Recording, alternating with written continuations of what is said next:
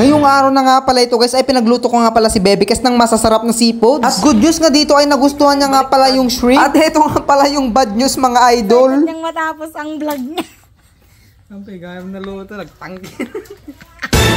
Hello guys, so panibagong araw, panibagong kabutihan na naman nga pala ito mga idol, no? Yes, promises. Bali dito nga pala guys ay bumisita na naman nga pala si Bebe Kes ko dito sa bahay. At sakto naman nga pala guys ay iluluto ko na nga pala itong mga seafoods na to na nanggaling sa beach na pinuntahan namin. Lalaki nga pala, pero mas malaki to kaysa sa butilog ko Malalaking crabs nga pala yung kinuha ko saka yung maliliit na lobster. Lobster nga pala yung kinuha ko para maging labs niya ako. Ala? Yes, promises, no? Ala, bakit? Ala, ano yan? Linda na naman to mga best. Ito na nga pala yung aking iluluto. Konti lang pala. Baka kasi pag linuto natin lahat, mabaglisan tayo. Guys, prinsesa ko siya ngayon, no? May dalaw kasi May dalaw kasi siya, kaya prinsesa ko siya ngayon. Ipagluluto ko siya ng kanyang favorite. Buti na lang pala, bumili ako ng mga ganitong seafoods. Kasi talagang paborito ni Bebe Kes to Ang mamit ubra, magugis ka.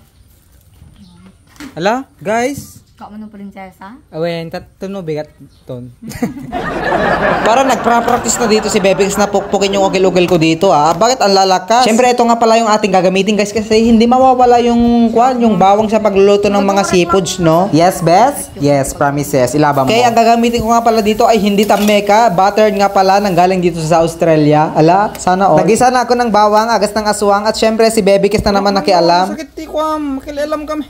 Mas asin ak naroon kanya. Ha? Mas asin ak kanya. Oy, kisnak.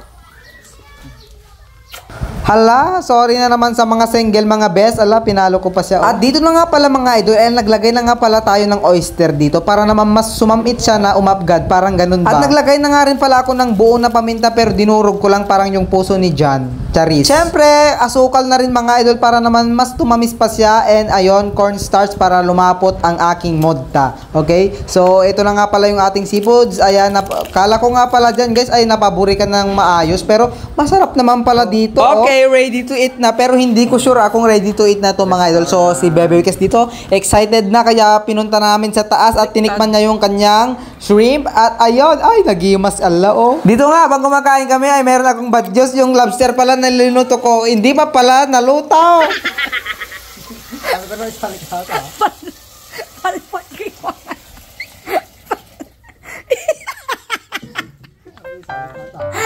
Wala, isave ko. Isend ko yung messenger ko sa mangipost. Oy, grabe kami. Check na excited niyang matapos ang vlog niya. Ang pigayam na luto, nagtanggi. Kaslag lang, da pa lang di chan ko.